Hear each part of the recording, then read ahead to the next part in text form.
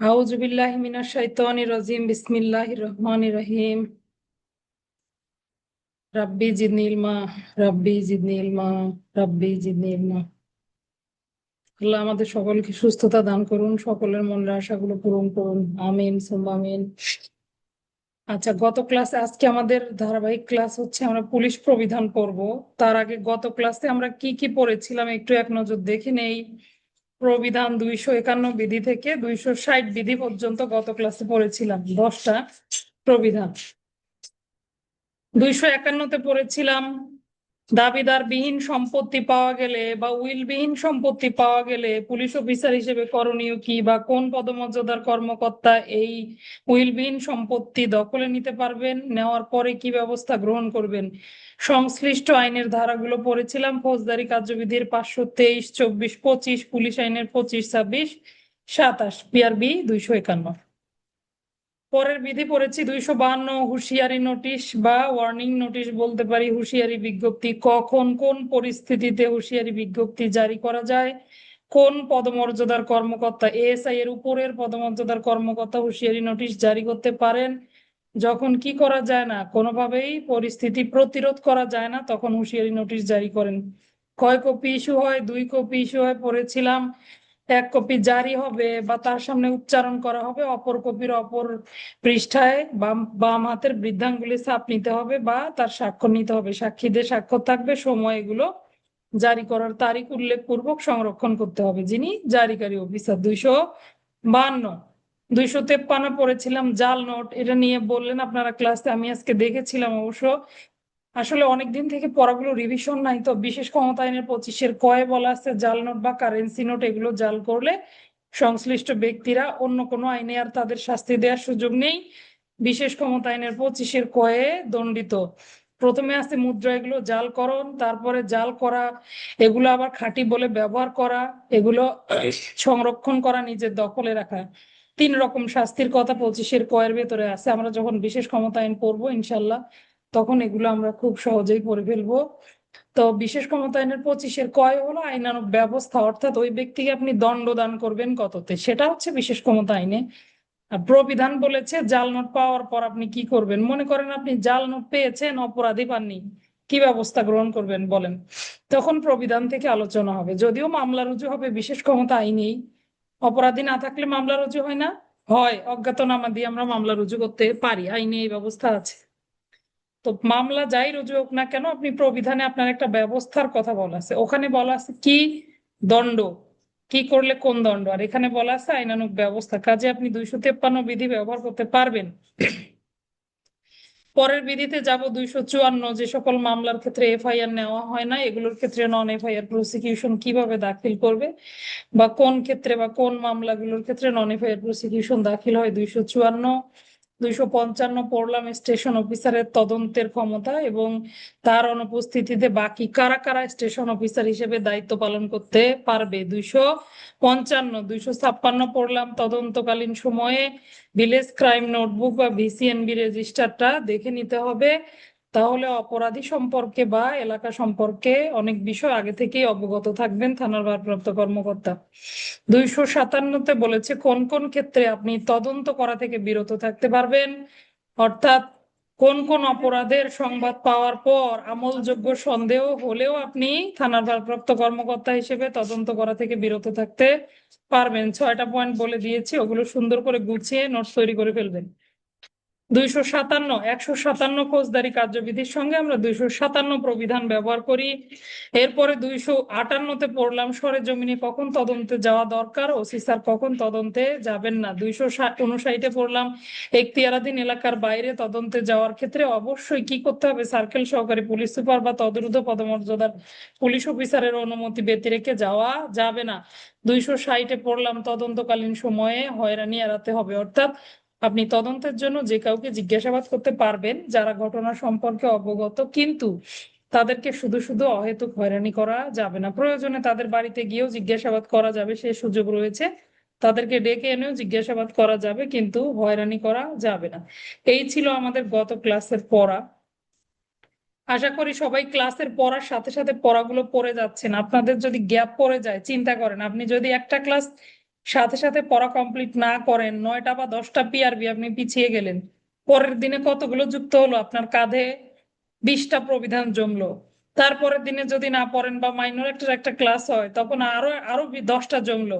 এভাবে আপনি যত গাফিলতি করবেন তত পড়া জমতে থাকবে। সবচেয়ে বেস্ট ওয়ে হলো প্রতিদিন পড়েন, অল্প অল্প করে পড়েন, এটা ধরে রাখার চেষ্টা করেন। আর যদি আপনি একদিনে ভাববেন যে না আমি সব আজকে পড়ে শেষ করে ফেলবো, কিছুই শেষ করতে পারবেন না, বরং পড়া থেকে আগ্রহ হারিয়ে ফেলবেন। পড়ালেখা আর কিছুই না, শুধু একটু ধারাবাহিকতা।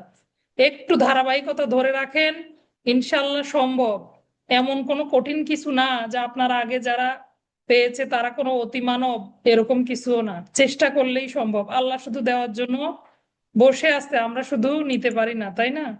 এই দেখেন একদিনে এটা সেটা। আজকে আপনি ভাবছেন আজকে হলো না, কালকে আমি একদম কোমর বেঁধে পড়তে বসবো, কিন্তু দেখবেন কালকে আরো বড় ধরনের সমস্যা এসে হাজির হবে, তখন আপনি কিভাবে সামলাবেন? এই জন্য আগামীকাল বলে কোনো কথা নাই। এখন মানে এখন, রাইট নাও, এই মুহূর্ত থেকে শুরু করেন। যা হয়ে গেছে গেছে। মনে করেন অনেক পড়া জমে গেছে, কোনোভাবেই আপনি এগুলো কভার করতে পারছেন না, আপনি ডিমোরালাইজ হয়ে গেছেন, আপনি কোনোভাবেই আপনি কোনো বল পাচ্ছেন না যে আমাকে দিয়ে হয়তো হবে না, ভুল ধারণা। যেখানে আছেন সেখান থেকে শুরু করেন, ধারাবাহিক ক্লাসগুলো কমপ্লিট করেন। সঙ্গে আপনি যদি পুরনো কিছু কভার করতে পারেন অতিরিক্ত ক্লাসের অতিরিক্ত, সেটা একটা আলাদা ব্যাপার, কারণ আপনারা পুরনো ক্লাসগুলো আবার রিভিশন পাবেন ইনশাল্লাহ। বুঝতে পারছেন আমার কথা? ভয় পাওয়ার কোনো কারণ নাই। আর আমরা 1290টা প্রবিধানও আমাদের পরীক্ষায় আসবে না, দুই একটা পড়া না জানলেও আপনি ফেল করবেন এমন কোনো কথা না। দুই একটা ভুল হবে, দুই একটা পারবেন না, এটাই তো পরীক্ষা, তাই না? আপনি শুধু না, যে ছাত্রটা সারা বাংলাদেশে ফার্স্ট হবে সেও কিছু না কিছু ভুল করে আসবে পরীক্ষার হলে। এটাই তো পরীক্ষার হল, তাই কিনা বলেন? তো তাহলে আপনার এত চিন্তা কি? যেখানে আছেন যেখান থেকে সেখান থেকেই সর্বোচ্চটা দিয়ে চেষ্টা করেন। নিজেকে যদি বলতে পারেন যে না আমি চেষ্টা করেছি, হয়নি, আল্লাহ দেয়নি, হয়নি, কিন্তু আমি আমার সর্বোচ্চটুকু দিয়ে চেষ্টা করেছি, এটা যদি বলতে পারেন আলহামদুলিল্লাহ। আপনাকে পারতেই হবে এমন কোনো কথা নাই। আপনি শুধু চেষ্টার ত্রুটি করেন নাই, এটা আপনি নিশ্চিত করেন, দেখবেন অটোমেটিক আপনি পেরে গেছেন সবকিছু। ঠিক আছে, আমরা ক্লাসে যাব। আজকে আমরা পড়বো 261 প্রবিধান থেকে আমাদের ক্লাস শুরু হবে। 261 অনেক গুরুত্বপূর্ণ, আজকের ক্লাসে সবগুলো প্রবিধানে মোটামুটি গুরুত্বপূর্ণ। তার মধ্যে দুই একটা সূচি পড়লেই হবে, বাদ বাকিগুলো আমরা একটু ডিটেলসে নেব। 261 প্রবিধানে বলেছে তদন্তের সময় বা তদন্তের সময়সীমা বলতে পারি আমরা। দেখেন, তদন্তের সময়সীমা। তদন্তের সময়সীমা ফৌজদারি কার্যবিধির কত ধারায় পড়ে আসলাম তদন্তের সময়সীমা। নারী শিশু নির্যাতন দমন আইনের কত ধারায় তদন্তের সময়সীমা পড়ে এলাম। বাল্য বিবাহ নিরোধ আইনের কত ধারায় তদন্ত পড়েছি, একটু দেখি, মেসেজ দেন দেখি, পড়াগুলো মেমোরাইজ করি আমরা। আচ্ছা, 173-এর ক্ষয়ে তদন্তের সময়সীমা এরকম ছিল। 173-এর খ কেন মিনাস ভাইয়া? 167-তে বলা আছে তদন্তের সময়সীমা। আপনি 173-এর খ যেটা লিখেছেন সেটা হলো অন্তর্বর্তীকালীন তদন্ত প্রতিবেদন, এটা একটা ভিন্ন ব্যাপার। এটা তদন্ত শেষ করে যে রিপোর্টটা দিবেন, এটার একটা টাইম বেঁধে দেয়া। যদি আপনার সিনিয়র অফিসার আপনাকে বলে সেক্ষেত্রে আপনি ওই যে আপনি সংশোধনী ক্লাসগুলো আমার পাননি দেখে এই ঝামেলাটা হলো। আচ্ছা, সমস্যা নাই, বুঝিয়ে দেবো অন্যদিন। 167 হচ্ছে মূল তদন্তের সময়সীমা, 120 দিনে তদন্ত সমাপ্ত করবেন। 173-এর ওইটা কি ছিল? এটা অগ্রগতি প্রতিবেদন বা অন্তর্বর্তীকালীন তদন্ত প্রতিবেদন, 173-এর খ। আচ্ছা, তাহলে আমরা কি কি পাই? তদন্তের সময়সীমা ফৌজদারি কার্যবিধির 167 পড়লাম, আবার কি পড়লাম? নারী শিশু নির্যাতন দমন আইনের 18। আপনাদের একটা প্রশ্ন ছিল, নারী শিশু নির্যাতন দমন আইনের 18 ধারায় তদন্তের সময়সীমা। আরো কি দেখলাম আমরা? বাল্য বিবাহ নিরোধ আইনে আমরা 16 ধারায় তদন্ত দেখলাম না? কে কে তদন্ত করতে পারবে, তাই কি না? আচ্ছা, আসেন আমরা দেখি পিআরবিতে তদন্তের সময়সীমা সম্পর্কে কি বলেছে।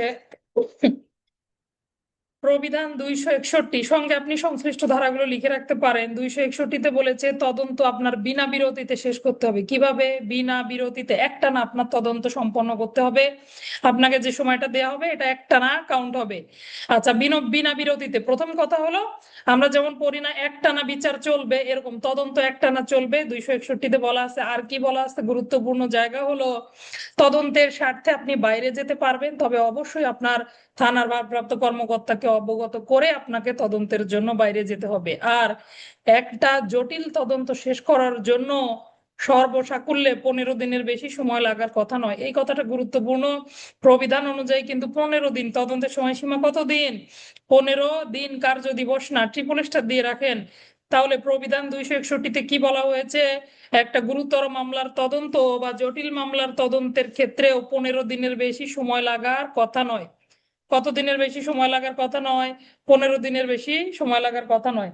অভিযুক্ত ব্যক্তিরা যদি পরিচিত হয়, আপনার আসামি আপনার পরিচিত, এই ধরনের মামলাগুলোর ক্ষেত্রে আরো জোরদার করা হয়েছে যে দ্রুত তদন্ত শেষ করে ফেলার জন্য।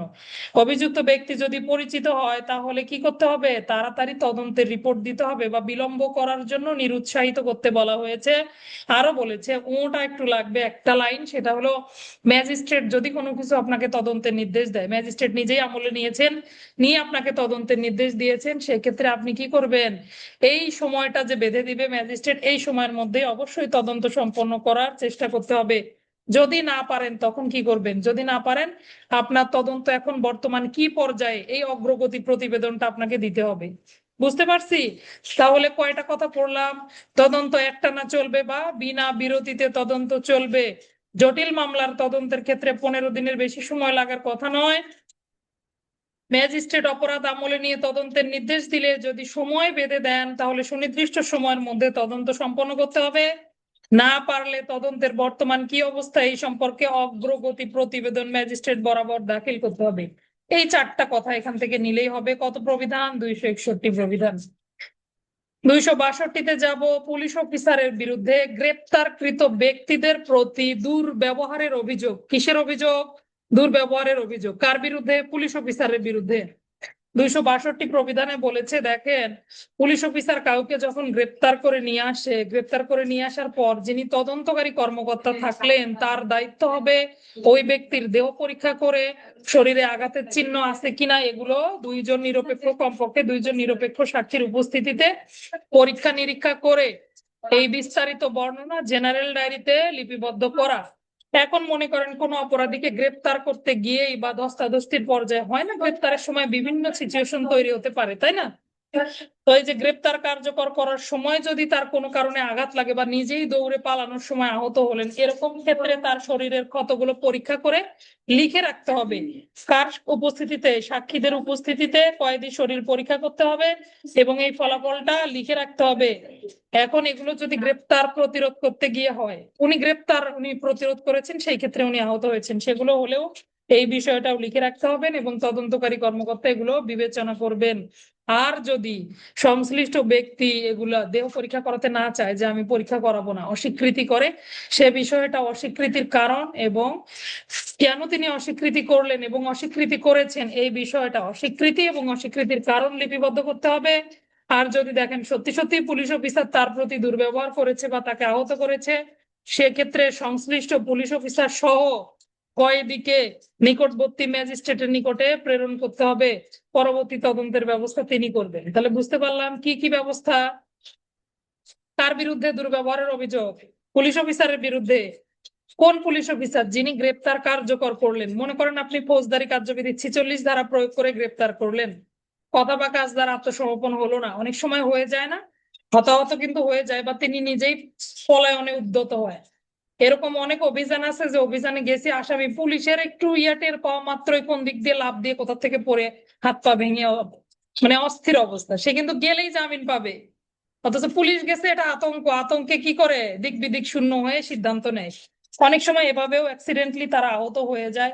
তখন পুলিশ অফিসার কি করবে? দেখেন, তদন্তকারী কর্মকর্তা এই নির্যাতন সম্পর্কে একটা রিপোর্ট তৈরি করবে যে এই ধরনের নির্যাতনের শিকার তিনি হননি, বা যখন তাকে থানা হেফাজতে নেওয়া হয় তখনই তার দেহ পরীক্ষা করে জেনারেল ডায়েরিতে লিপিবদ্ধ করতে হবে। যদি তিনি দেহ পরীক্ষা করেন, মনে করেন আপনি যে না, সে অসুস্থ, তাকে ফার্স্ট এইড দিতে হবে, তাহলে আপনি অবশ্যই তাকে একজন চিকিৎসক দ্বারা তার শরীর পরীক্ষা করার ব্যবস্থা করবেন এবং এগুলো সব জেনারেল ডায়েরিতে লিপিবদ্ধ করবেন। আর যদি তিনি অস্বীকৃতি করেন, এটাও লিখে রাখতে হবে। আর অন্যথায়, অর্থাৎ পুলিশ অফিসারের বিরুদ্ধে সত্যি অভিযোগ যদি সত্যি হয়, সেটাও লিপিবদ্ধ করে ওই কয়েদি সহ বা অপরাধী ব্যক্তি, গ্রেপ্তারকৃত ব্যক্তি সহ পুলিশ অফিসার সহ নিকটবর্তী ম্যাজিস্ট্রেটের নিকটে প্রেরণ করতে হবে তদন্তের জন্য। এই ছিল গ্রেপ্তারকৃত ব্যক্তি যদি পুলিশ অফিসারের বিরুদ্ধে দুর্ব্যবহারের অভিযোগ করে তখন কার করণীয় কি বা ব্যবস্থা আলোচনা করুন। পারবো না 2-3 নম্বরের জন্য যদি আসে তিনটা প্রসেস নিয়ে আসলেন, আইও তাকে চেক করলো, জিডিতে নোট দিল। তিনি যদি পরীক্ষা করাতে চান তাহলে তো পরীক্ষা করালো, আর পরীক্ষা না করালে সেটাও নোট দিল। আর যদি দেখে সত্যি সত্যি পুলিশ অফিসার তাকে মারধর করেছে বা অন্য কোনো দুর্ব্যবহার করেছে, সেটাও লিপিবদ্ধ করে দুইজনকেই ম্যাজিস্ট্রেটের কাছে প্রেরণ করলো। এই হলো তদন্তকারী কর্মকর্তার দায়িত্ব। আচ্ছা, কত? প্রবিধান 262। বুঝতে পারলাম 261 ছিল তদন্তের সময়সীমা, 262 গ্রেপ্তারকৃত ব্যক্তির পুলিশ অফিসারের বিরুদ্ধে দুর্ব্যবহারের অভিযোগ, 263 মামলার ডায়েরি, মামলার আয়না বলতে পারি, কেস ডায়েরি, সিডি বলতে পারি, তাই না? আমরা পড়েছিলাম ফৌজদারি কার্যবিধি 172, 172, 263, 264, 442, প্রবিধান 68, 68 বিধিতেও পড়ে এসেছিলাম আমরা কেস ডায়েরির হেফাজত। তাহলে কতগুলো সংশ্লিষ্ট ধারা বিধি, সবগুলো একত্রে মনে রাখতে হবে। তাহলে সিডি, আমরা তো সিডি সম্পর্কে জ্ঞান আমরা পেয়েছি, সিডিতে কোন কোন বিষয়গুলো থাকে আমরা যখন সিআরপিসি পড়েছি তখন আমরা দেখেছি। তো তারপরও আসেন আমরা একটু দেখবো এখানে কি বলেছে। এখানে আবার প্রথমে বলেছে মামলার ডায়েরিতে কি কি বিষয়গুলো লিপিবদ্ধ থাকবে, কিভাবে মামলার ডায়েরিটা আপনি লেখা শুরু করবেন, মানে কোন কোন বিষয়গুলো দিয়ে আপনার মামলার ডায়েরি লিখবেন, সাজাবেন কিভাবে। 263 আর 264-তে লেখার পদ্ধতি, কোন পদ্ধতিতে লিখবেন, আগে সময় শুরু হবে নাকি আগে তারিখ শুরু হবে, ইংরেজিতে লিখবেন না বাংলায় লিখবেন। অর্থাৎ লেখার যে নিয়ম কানুন এটা 64-তে বর্ণিত হয়েছে। সিটি জিনিসটা কি, কিভাবে লেখা হবে, এটা বর্ণিত হয়েছে 263। দুটো বিধি যেহেতু কাছাকাছি এই জন্য আলাদা করে আমরা লিখি না, দুইটা একসাথে ব্যবহার করি। অর্থাৎ 172, 263, 64। আসেন দেখি কি কি বলেছে। প্রথমে বলেছে ডায়েরিতে, মামলার যে কেস ডায়েরি থাকবে, একজন তদন্তকারী অফিসারের প্রত্যেক দিনের তদন্তের ধারা বিবরণী এখানে উল্লেখ থাকবে। তদন্ত কখন সংবাদ পৌঁছলো, কখন তদন্ত শুরু হলো শেষ হলো, কোন কোন স্থান পরিদর্শন করলেন, কি কি পরিস্থিতি নির্ণীত হলো। এই চারটা কথা 172-এ পড়ে আসছি না ঠোঁটস্থ করে আমরা? তাহলে এখানেও একই কথা বলেছে। 263 বিধিতে আরো বলেছে যদি আপনি তদন্তে গিয়ে কারো সাহায্য না পান, এই ব্যক্তি সম্পর্কে আপনি রিপোর্ট প্রস্তুত করতে পারবেন। গ্রেপ্তার যদি করে ফেলেন, গ্রেপ্তারের ক্ষেত্রে কে কখন কোথায় কার দ্বারা গ্রেপ্তার হলো, এই গ্রেপ্তারের সঙ্গে আপনি অন্য কোনো সম্পদ পেয়েছেন কিনা, অন্য কোনো তথ্য পেয়েছেন কিনা, সাক্ষী কারা কারা থাকলো, কি কি পদক্ষেপ আপনি গ্রহণ করলেন, সমস্ত বিষয় কেস ডায়েরিতে লিপিবদ্ধ থাকবে। মূল কেস ডায়েরির বিষয়টা কি, প্রতিপাদ্য বিষয়গুলো কি কি, এটা হলো 263। আচ্ছা, এরপরে আর কি থাকবে? সাক্ষীর জবানবন্দি গ্রহণ করেছেন, ফৌজদারি কার্যবিধির 161 ধারা মোতাবেক সাক্ষীর প্রদত্ত বিবৃতি এখানে লিপিবদ্ধ করেছেন। এগুলো আবার আদালতে বিচার কার্যক্রমে সহায়ক হিসেবে ব্যবহার হবে। আদালত আবার এগুলো দেখতে চাইতে পারবে, সরাসরি বিচার কার্যে সাক্ষ্য হিসেবে গ্রহণ হবে না, তাই না? আমরা পড়েছিলাম, কিন্তু কি হবে, আদালত এখান থেকে সাহায্য নিতে পারবে বা আদালত দেখতে চাইতে পারবে সহায়ক হিসেবে। আবার তদন্তকারী কর্মকর্তা তিনি, তাকেও আবার সাক্ষী হিসেবে যদি আদালতে উপস্থাপন করা হয় তখনও তাকে আবার এই তদন্তের বিষয়বস্তু সম্পর্কে জেরাও করা যাবে। এগুলোই বলেছে 263-তে। আসেন দেখবো 264-তে কি বলেছে। 264-তে বলেছে এই যে মামলার ডায়েরি, এটা বিপি ফর্ম নম্বর 38 মূলে লিপিবদ্ধ করতে হবে। কিভাবে লিপিবদ্ধ করবেন? মামলার ডায়েরি কিভাবে লিপিবদ্ধ করবেন? প্রতিদিনের ডায়েরি প্রত্যেক দিন লিখতে হবে, দিনের শেষে নয়, যখন যে ঘটনা তখন সেই ঘটনা লিপিবদ্ধ করতে হবে।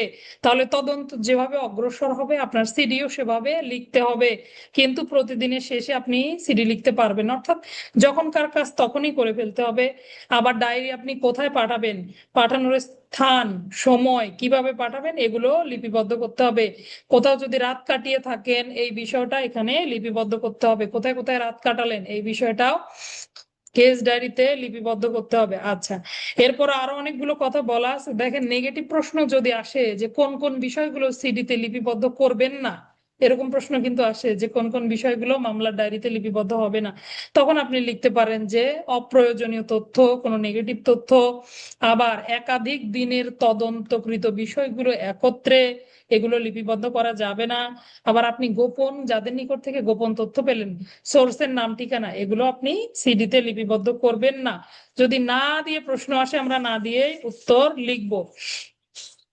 কেস ডায়েরি কয় কপি হবে? সিডি 2 কপি হবে, 2 কপি সিডি হবে, 1 কপি আপনি সার্কেল সহকারী পুলিশ সুপার অফিসে প্রেরণ করবেন। কিন্তু গুরুত্বপূর্ণ মামলার ক্ষেত্রে একটু ব্যতিক্রমী কথা বলা আছে যে এসআর মামলাগুলোর ক্ষেত্রে সিডির কপি হবে 3টা, 1টা কপি পুলিশ সুপার অফিসে প্রেরণ করতে হবে এবং তিনি এটা 1 বছরের জন্য এই কপি 1 বছর সংরক্ষণ করা হবে। এসআর মামলার কপি কত বছরের জন্য সংরক্ষণ হয়? এমসিকিউ। 1 বছরের জন্য সংরক্ষণ করতে হবে। পরবর্তীতে ধ্বংস করবে না নথি করে রাখবে, এটা পরবর্তী সিদ্ধান্ত হবে, কিন্তু 1 বছর পর্যন্ত সংরক্ষণ করতে হবে। আর এই যে আপনি তৃতীয় কপিটা বানালেন এই এসআর মামলার ক্ষেত্রে, এই কপিটা যাবে পুলিশ সুপারের নিকটে। নর্মালি সিডির কপি কোথায় যায়? সার্কেল সহকারী পুলিশ সুপারের নিকটে। সকল তদন্তাধীন মামলার কেস ডায়েরি গুলো তার একটা করে কপি সার্কেল সহকারী পুলিশ সুপারিনটেন্ডেন্টের নিকটে প্রেরণ করতে হবে। কিন্তু গুরুত্বপূর্ণ মামলার ক্ষেত্রে সার্কেল স্যারের কপি তো তিনি পাবেনই, পাশাপাশি পুলিশ সুপার মহোদয় বরাবরও একটা অতিরিক্ত কপি প্রেরণ করতে হবে। প্রত্যেকটি ডায়েরির ক্ষেত্রে ধারাবাহিক নম্বর থাকবে, তারিখ থাকবে, থাকে না? সিডি 1 2 3 এভাবে এটাই বলেছে, ধারাবাহিক নম্বর থাকবে। এবং আপনি ধরেন 2টা সিডি লিখলেন পরপর, 2টা সিডিতে একই রকম নম্বর ব্যবহার করা যাবে না, পৃথক পৃথক নম্বর ব্যবহার করতে হবে। আপনার একটা পাতা শেষ হয়ে গেলে নতুন পাতা লাগাতে পারবেন। বছর, সংখ্যা, মাস, মামলা নম্বর, বিবরণী সমস্ত কিছু এখানে উল্লেখ থাকবে। এবার বলেছে দেখেন, কোর্ট অফিসারের নিকটে যদি আপনি চার্জশিট প্রেরণ করেন, এই ক্ষেত্রে আপনাকে সমস্ত মামলার যে মূল সিডি গুলো এগুলো প্রেরণ করতে হবে। মামলা চূড়ান্ত নিষ্পত্তির পর তিনি সেগুলো আবার ফেরত পাঠাবেন। যিনি দক্ষ অফিসার ইংরেজিতে, যিনি ভালো ইংরেজি জানেন, তিনি ইংরেজিতেও কেস ডায়েরি লিখতে পারবেন, তবে বাংলায়ও লেখার সুবিধা রয়েছে। বা তাহলে কেস ডায়েরির ভাষা কয়টি হবে? 2টি। কি কি ভাষায় কেস ডায়েরি লিপিবদ্ধ করা যায়? ইংরেজি এবং বাংলা। তাহলে দেখেন এমসিকিউ হয়ে গেল, লিখিত প্রশ্নও হয়ে গেল। তাহলে 263 64 মূল প্রতিপাদ্য বিষয় হলো, 263-তে বলেছে কি কি থাকবে সিডিতে, আর 264-তে বলেছে কি কি ভাবে লিখবেন, কয় কপি হবে। এই বিবরণগুলো দেওয়া হয়েছে 264-তে। 265-তে যাব, আবার রিভিশন দিচ্ছি, সমস্যা নাই। দেখেন 265 আলাদা করে পড়তে হবে না, 161 পড়েছিলাম না আমরা? 161 তদন্তকারী কর্মকর্তা ঘটনার সম্পর্কে অবগত সাক্ষীকে পরীক্ষাকরণ, তাই না? তাহলে সাক্ষীকে পরীক্ষা করতে পারে কে? তদন্তকারী কর্মকর্তা। মামলা তদন্ত করতে গিয়ে তিনি কোনো ঘটনা সম্পর্কে অবগত সাক্ষীকে পরীক্ষা করেন। এবার আসেন, সাক্ষীকে পরীক্ষা করা শেষ, তারপরে কি করবেন? ফৌজদারি কার্যবিধির 161 ধারা মোতাবেক সাক্ষীর বিবৃতি লিপিবদ্ধ করবেন। এই যে 161 লিপিবদ্ধ করেন, এটাতে কে সিগনেচার করেন? তদন্তকারী কর্মকর্তা নিজে সিগনেচার করেন, তারিখ দেন, তাই না? এখানে কি সাক্ষী স্বাক্ষর থাকে? আপনি সাক্ষীর নিকট থেকে কোর্টে যাওয়ার জন্য মুচলেখা নিতে পারবেন, মুচলেখায় সাক্ষীর স্বাক্ষর থাকবে। কিন্তু 161-র ভেতরে কিন্তু সাক্ষীর স্বাক্ষর থাকে না। আমরা 162-তে দেখেছি তদন্তকারী কর্মকর্তার নিকট প্রদত্ত বিবৃতিতে সাক্ষীর স্বাক্ষর করার প্রয়োজন নেই। আচ্ছা, একই কথা বলেছে 265-তে, যে 161 ধারার বিবৃতি যখন লিপিবদ্ধ করা হবে, তদন্তকারী কর্মকর্তা সেখানে স্বাক্ষর দিবেন, তারিখ দিবেন। পাশাপাশি যদি কোনো সিনিয়র অফিসার এটা তদারকি করেন, তিনিও স্বাক্ষর দিবেন এবং তারিখ দিবেন। এখন কথা হলো, এটা কি কাজে লাগবে? যখন এই ব্যক্তিকে কোর্টে সাক্ষী হিসেবে উপস্থাপন করা হবে, আপনারা, আপনাদের মনে আছে কিনা দেখেন, যে সাক্ষ্য আইনের আমরা কত ধারা পড়েছি, যে পূর্ববর্তী লিখিত বিবৃতি সম্পর্কে জেরা, সাক্ষ্য আইনের 145 ধারা। এই যে দেখেন, তখন গিয়ে এগুলো কাজে লাগবে। তখন সাক্ষী যদি বিরুদ্ধাচরণ করে, তখন তার এই 161টা তার বিরুদ্ধে ব্যবহার করা যাবে, বা আদালতে এটা তাকে দেখানো যাবে যে আপনি পুলিশের নিকটে এই বিবৃতি প্রদান করেছিলেন। বুঝতে পারতেছি, আপনারা এটা পুরোটা পড়লে বুঝতে পারবেন। সাক্ষ্য আইন 1872-এর 145 ধারার বর্ণিত উপায়ে বিরুদ্ধাচরণ করা যাবে। তো এত কিছু আমাদের লাগবে না, জাস্ট বোঝানোর জন্য বললাম। শুধু 161 265 কি নেব? 161-র সাথে 265 প্রবিধান ব্যবহার করব। সাক্ষীর জবানবন্দি লিপিবদ্ধকরণ কাকে বলে আলোচনা করুন। লিখলেন, কোন ঘটনা সম্পর্কে অবগত কোন ব্যক্তিকে তদন্তকারী কর্মকর্তা জিজ্ঞাসাবাদ করে তার বিবৃতি যে লিপিবদ্ধ করেন, এটাই হলো সাক্ষীর বিবৃতি লিপিবদ্ধকরণ, বা এভাবেই লিপিবদ্ধ করা হয়। কত কত ধারা? 161 265, শেষ। শুধু বিধিটা ব্যবহার করব আমরা। আচ্ছা, একটা গুরুত্বপূর্ণ প্রশ্ন, আসামি কি সাক্ষী হতে পারেন? আসামি সাক্ষী হতে পারেন, আমরা পড়েছি তাই না? সিআরপিসি তেও পড়েছি, আত্মপক্ষ সমর্থন করে সাক্ষী দিতে পারবেন, সহযোগী অপরাধীদের সম্পর্কেও সাক্ষী দিতে পারবেন তাদের পক্ষে। কিন্তু আপনারা প্রবিধানে দেখবেন আসামিকেও সাক্ষী করা যাবে যদি 161 ধারায় যে উল্লেখ থাকলো, এখানে যদি তার নাম থাকে বা তাকে পরীক্ষা করা হয়ে থাকে। মনে করেন কোনো অপরাধীকে, তারও জবানবন্দি নেওয়া হয়েছে, এভাবে তাহলেও তাকেও আদালতে সাক্ষী হিসেবে জিজ্ঞাসাবাদ করা যাবে। দেখেন কি লিখেছে, আমরা একটু ভাষ্যটা দেখবো যাদের আমার বইয়ের সাথে মিলবে। 239 পাতা, খেয়াল করেন। আসামি কখন সাক্ষী হতে পারবে? যে সকল ব্যক্তিকে ফৌজদারি কার্যবিধির 161 ধারায় উল্লেখ করা হয়েছে তাদের তালিকায় আসামি যদি না থাকে, তাহলে আপনি চার্জশিট যখন পাঠাবেন তখন একটা লিস্ট থাকে, তালিকা, যে আপনি চার্ট অফ এভিডেন্স থাকে কোন কোন ব্যক্তি আপনার সাক্ষী। সেখানে যদি আসামির নামটা থাকে তাহলে আপনি তাকে কোর্টেও সাক্ষী হিসেবে পরীক্ষা করতে পারবেন। এই কথাগুলো বলেছে। আচ্ছা, এরপরে আমরা যাব 266 বিধি, খুবই গুরুত্বপূর্ণ। ট্রিপল স্টারের উপরে স্টার থাকলে সেটা দিয়ে দেন, কারণ কি বহুবার এই প্রশ্নটা রিপিট হয়েছে। মৃত্যুকালীন জবানবন্দি কাকে বলে?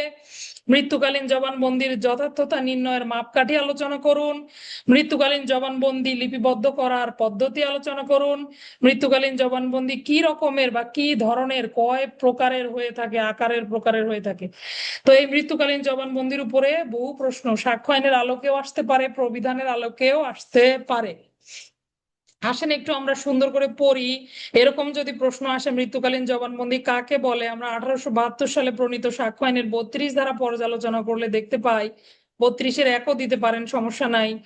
কোনো ব্যক্তির মৃত্যুর আশঙ্কা থাকলে তিনি তার মৃত্যুর কারণ সম্পর্কে মৃত্যুর পূর্ব মুহূর্তে যে বিবৃতি প্রদান করেন সেটাকে বলে মৃত্যুকালীন জবানবন্দি। আমার থেকে আপনারা আরো সুন্দর করে সাজাতে পারেন। মৌখিক বা লিখিত যে বিবৃতি প্রদান করেন তাকেই বলে মৃত্যুকালীন জবানবন্দি বা ডাইং ডিক্লারেশন। হ্যাঁ, ডাইং ডিক্লারেশন। আচ্ছা, এখন আসেন, অনেকের প্রশ্ন হতে পারে যে স্যার শুধু কি মৃত্যুকালীন জবানবন্দি মৃত্যুর কারণ নিয়েও হয়, আর কিছু হয় না? আপনারা বিভিন্ন স্যারদের ভালো ভালো বইগুলো দেখলে খেয়াল করবেন, এখানে বলা আছে বিচার্য বা প্রাসঙ্গিক বিষয় সম্পর্কেও যদি বিবৃতি দেয় সেটাও কিন্তু মৃত্যুকালীন জবানবন্দির মধ্যেই পড়ে যায়। আবার আপনারা সাক্ষ্য আইনের 21 ধারাতেও দেখবেন বিরোধীয় বিষয় নিয়েও মৃত্যুকালীন জবানবন্দি দেয়া যায় বা দিতে পারে অনেকেই। কারণ ধরে নেওয়া হয় যে মৃত্যুর পূর্ব মুহূর্তে কোনো ব্যক্তি মিথ্যা কথা বলে না, এই নীতির উপর ভিত্তি করে কিন্তু মৃত্যুকালীন জবানবন্দি আদালতে গ্রহণযোগ্যতা পায়।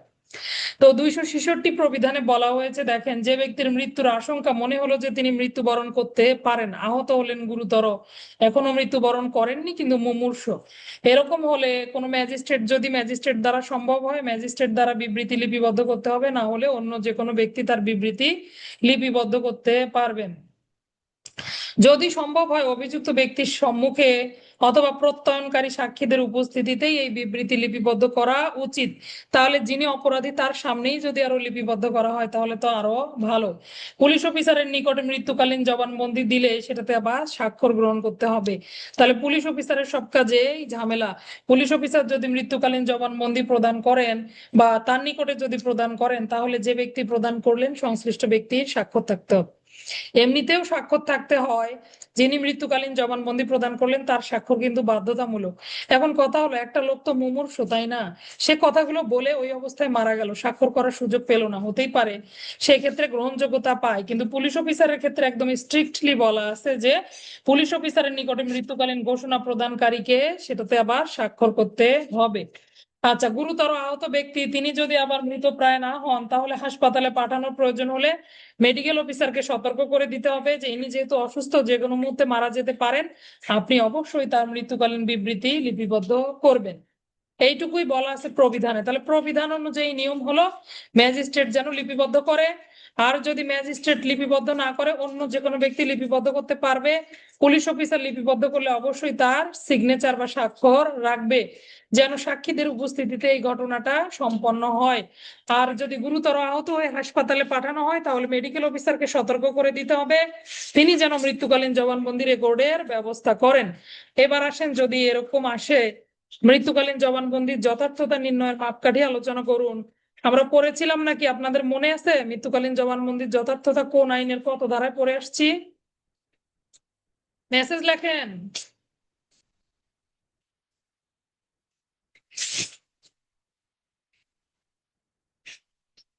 কেউ পড়ি নাই? হে জরিনা, আমরা 32 ধারায় পড়ছি রে, মৃত্যুকালীন জবানবন্দির যথার্থতা নির্ণয়ের মাপকাঠি। হ্যাঁ, 32 ধারায় পড়ছি। ভয় দেখালাম, দেখলাম যে অন্য কিছু বলো কিনা। আচ্ছা যাক, আমার জরিনা লিখছে 32 ধারাতেই কিন্তু আছে, আপনারা ভাষ্যটা দেখলে দেখতে পাবেন, ওখানে বলা আছে যাদের সম্পর্কে মৃত্যুকালীন জবানবন্দি দিচ্ছে তাদেরকে হ্যাঁ, ভাষ্যতে পড়ছি আমরা। তাহলে মৃত্যুকালীন জবানবন্দি যাদের সম্পর্কে দিচ্ছে, তিনি এটা প্ররোচনা মুক্ত কিনা, এটাতে খাঁটিত্বের প্রভাব আছে কিনা, খাঁটি কিনা, খাঁটি চেনা প্ররোচনা, ওই ব্যক্তিদেরকে তিনি চিনতে পেরেছিলেন কিনা ওই সময়। মনে করেন রিফাত আমাকে গুরুতর আঘাত করলো, আমি মৃত্যুবরণ করতেছি, মুমূর্ষু, কিন্তু আসলেও রিফাত ছিল কিনা, আমি কি চিনতে পারছিলাম কিনা, আমি যে কথাগুলো বলছি এটা খাঁটি কিনা এবং কি প্ররোচনা মুক্ত কিনা, এটা সালের প্রশ্ন, একটু খুঁজলেই পাবেন। আচ্ছা, এরপরে আসেন, যদি এরকম আসে মৃত্যুকালীন জবানবন্দির বৈশিষ্ট্য আলোচনা করুন, সেক্ষেত্রে কি দিবেন? কোন ব্যক্তি মৃত্যুর পূর্ব মুহূর্তে বিবৃতি দিলে সেটাই মৃত্যুকালীন জবানবন্দি বলে গণ্য হবে, অবশ্যই সেটা মৃত্যুর কারণ বা কোনো আদালতের বিচার্য বিষয় সম্পর্কে। মৃত্যুকালীন জবানবন্দি কে লিপিবদ্ধ করতে পারেন? চিকিৎসক লিপিবদ্ধ করবেন, ম্যাজিস্ট্রেট লিপিবদ্ধ করবেন, অন্য যে কোনো ব্যক্তি লিপিবদ্ধ করতে পারবেন। মৃত্যুকালীন জবানবন্দি প্রদানের পর কোনো ব্যক্তি যদি বেঁচে যায় সেক্ষেত্রে কি হবে? ফৌজদারি কার্যবিধির 161 ধারা মোতাবেক এটি শুধুমাত্র জবানবন্দি বলে গণ্য হবে। এগুলোই বৈশিষ্ট্য, আলাদা করে কোনো বৈশিষ্ট্য দেয়া নাই। মৃত্যুকালীন জবানবন্দির আবার বৈশিষ্ট্য হয় নাকি? এগুলো আপনাকে ভয় না পেয়ে সুন্দর করে দৃঢ়তার সাথে প্রশ্নের উত্তর দিয়ে আসতে হবে, যে কোনো প্রশ্ন দেখে আগে ভয় পাওয়া যাবে না। এবার আসেন রেকর্ড করার নিয়ম। মৃত্যুকালীন জবানবন্দি লিপিবদ্ধের নিয়ম যদি আসে, কিভাবে লিখবো, কিভাবে লিপিবদ্ধ করবেন? অবশ্যই মৃত্যু পথযাত্রী ব্যক্তি যে ভাষায় জবানবন্দি প্রদান করবেন সেই ভাষায় লিপিবদ্ধ করতে হবে। তারিখ, সময়, স্থান, উপস্থিত সাক্ষীদের নাম, ঠিকানা, তাদের স্বাক্ষর, সবকিছু লিপিবদ্ধ করতে হবে এবং সবকিছু মৃত্যুকালীন জবানবন্দিতে থাকবে। তারপরে যে ব্যক্তি মৃত্যু পথযাত্রী তারও স্বাক্ষর থাকবে, যিনি লিপিবদ্ধ করলেন লিপিবদ্ধকারী অফিসারেরও স্বাক্ষর থাকবে। এই ছিল রেকর্ডের পদ্ধতি। আমি যে কথাগুলো বললাম এগুলো এক লাইন করে লিখবেন, দেখবেন 5-6টা পয়েন্ট হয়ে গেছে। এবার আসেন, মৃত্যুকালীন জবানবন্দি কি রকমের, কয় প্রকারের হতে পারে?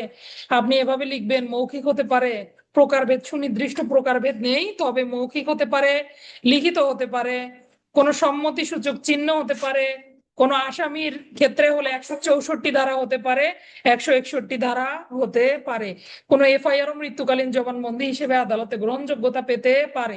তাহলে কত রকমের হয়?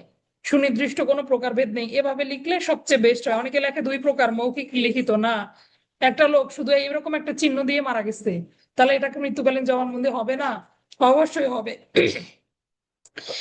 আপনারা ইয়াগুলো দেখেন কিনা মাঝে মাঝে, কিছু যেগুলো মনে করেন শিক্ষণীয় বিষয়, এগুলো দেখা উচিত। আমরা তো শুধু শুধু ফেসবুকে স্ক্রল করে সময় নষ্ট করি। আমি একটা মুভি দেখেছিলাম যে একটা মেয়েকে এসিড দগ্ধ করা হয়, মেয়েটা তখন কথা বলার অবস্থায় থাকে না, কিন্তু চোখ, সে খুব শিক্ষিত ছিল এবং খুব বই পড়তো, তো চোখের ইশারায় ইয়া করা যায়, ওই যে লেটার গুলো বর্ণনা করা যায়। ধরেন ওয়াই অক্ষর যদি কেউ বলতে চায়, ওয়াই, চোখের পাতা কয়বার এরকম করে বন্ধ করলে ওয়াই অক্ষর হয়, এরকম কিন্তু সুন্দর আলাদা একটা বই পাওয়া যায় যেটাতে ইশারা দিয়ে, মানে যেমন ধরেন বোবা ব্যক্তিরা ইশারায় কথা বললে অনেকে এটা রিড করতে পারে, এরকম চোখের ইশারায় বর্ণনা করা সম্ভব। তো এরকম যখন বর্ণনা করে মারা যায় মেয়েটা শেষ পর্যন্ত, তো ওর এই চোখের ইশারা দেখে দেখে আবার একজন ইয়া থাকে, ডাক্তার থাকে, তিনি আবার ডিটেক্ট করতে পারে অপরাধী। তো মৃত্যুকালীন জবানবন্দি প্রদান করলে বা কোনো ব্যক্তি মারা গেলে এমন না যে সব সময় আপনার পূর্ণাঙ্গ অর্থ প্রকাশ করবে, দুই একটা লাইন বলেও অনেক সময় মারা যায় মানুষ, তখন ওটার উপর ভিত্তি করেই কিন্তু তদন্ত সম্পন্ন সম্ভব হয়, এরকম দেখা যায় অনেক। আচ্ছা, এবার আসেন, যদি এরকম বলে যে মৃত্যুকালীন জবানবন্দির ক্ষেত্রে কোন নিয়মগুলো অবশ্যই পালনীয়, এগুলোই একটু ঘুরিয়ে ফিরিয়ে সুন্দর করে লিখে দিবেন। মৃত্যুকালীন জবানবন্দির সাক্ষ্যগত মূল্য আলোচনা করুন। একই কথা, 32-এর 1 ধারা মোতাবেক আদালতে প্রাসঙ্গিক হবে, শেষ। তাহলে মৃত্যুকালীন জবানবন্দির A to Z আমরা শেষ করলাম। প্রবিধান কত? 266 লিখবো, 32-এর 1 266। এবার যাবো 267। পাগল সম্পর্কে সিদ্ধান্ত দেওয়ার কোনো ক্ষমতা পুলিশ অফিসারের নেই, তবে হ্যাঁ, কোনো ব্যক্তিকে পাগল বলে প্রতীয়মান হলে আদালত বরাবর তিনি চিঠি লিখতে পারবেন যে তার মানসিক অবস্থা পরীক্ষা করা হোক। বুঝতে পারলাম, এইটুকু পড়লেই হবে। পাগলামি সম্পর্কে পুলিশ অফিসার সিদ্ধান্ত দিতে পারে না, 267। তবে কোনো ব্যক্তি পাগল বলে তার নিকটে প্রতীয়মান হলে, এরকম অপ্রকৃতিস্থ ব্যক্তির ন্যায় অভিযুক্ত ব্যক্তি যদি আচরণ করতে থাকে, তাহলে সংশ্লিষ্ট পুলিশ অফিসার বিজ্ঞ আদালত বরাবর ওই ব্যক্তির মানসিক অবস্থা পরীক্ষা করার জন্য প্রতিবেদন প্রেরণ করতে পারবেন। 267। 268 পড়েছিলাম, আমলের অযোগ্য অপরাধের তদন্ত লাগবে না, শুধু 155 268 পড়লেই হবে, 155 268। এবার আসেন 169 দেখবো, 169। আগেই পড়ে আসছিলাম, কত ধারায় পড়েছি, ফৌজদারি কার্যবিধির 177-এ পড়েছিলাম সাক্ষী হাজিরের দায় দায়িত্ব। আমি দুঃখিত, ফৌজদারি কার্যবিধির 171 পড়েছিলাম আমরা। 171-এ কি পড়েছিলাম, যে সাক্ষী হাজিরের দায় দায়িত্ব পুলিশ অফিসারের উপরে বর্তায়।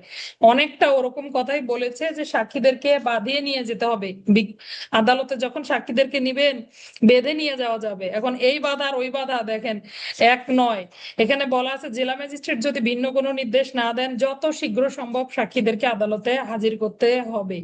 171-এ বলেছে না তাদেরকে বিরক্ত করা যাবে না, মুচলেকা ব্যতীত অন্য কোনো কিছু দাবি করা যাবে না। আবার দেখেন পিআরবিতে বলছে আপনি তাদেরকে বাদিয়ে নিয়ে যাইতে পারবেন।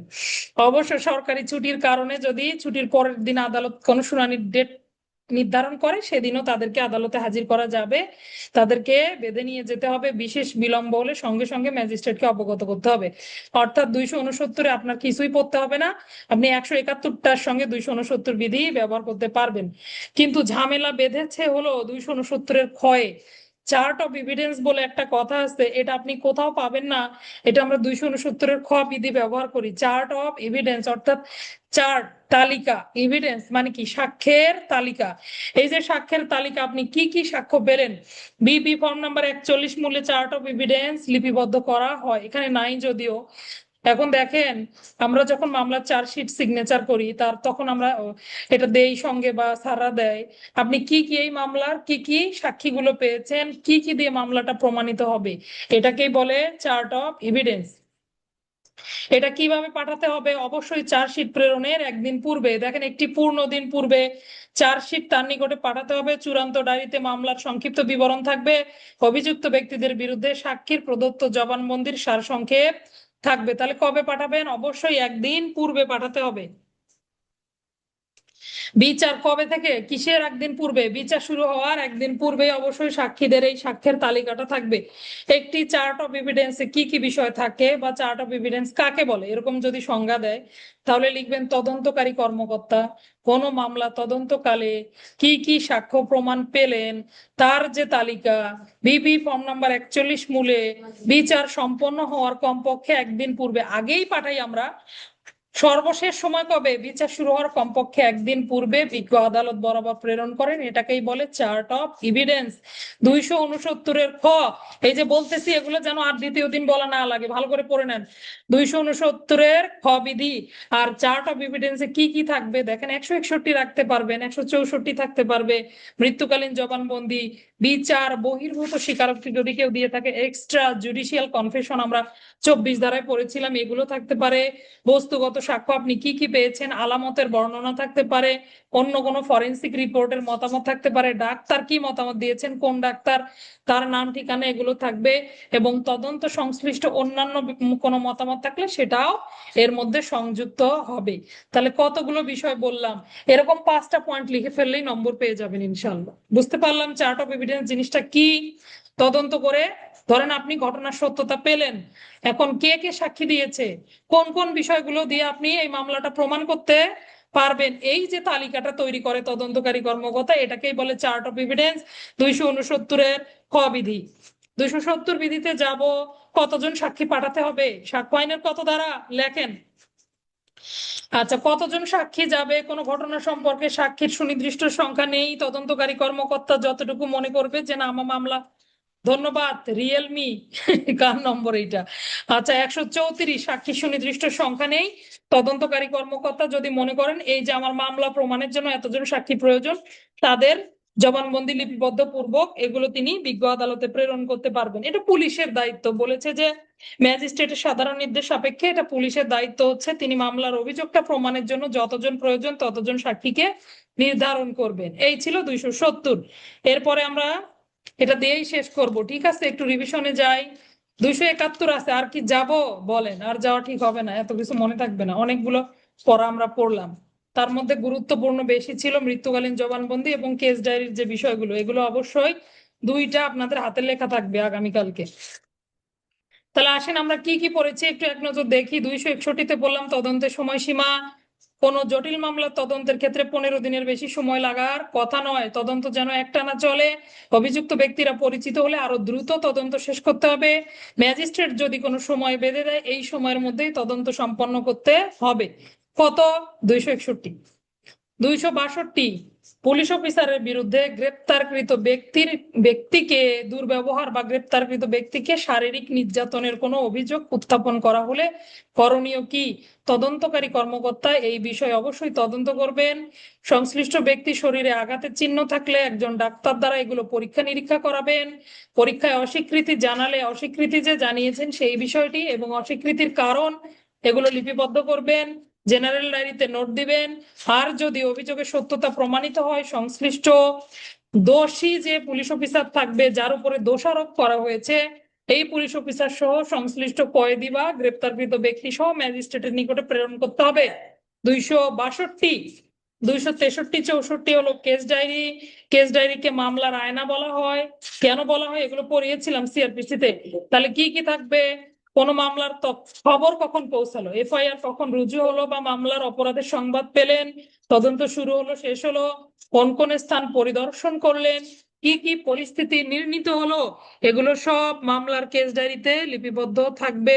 যদি কোনো ব্যক্তি তদন্তে সাহায্য না করে তার সম্পর্কে রিপোর্ট প্রদান করা যাবে।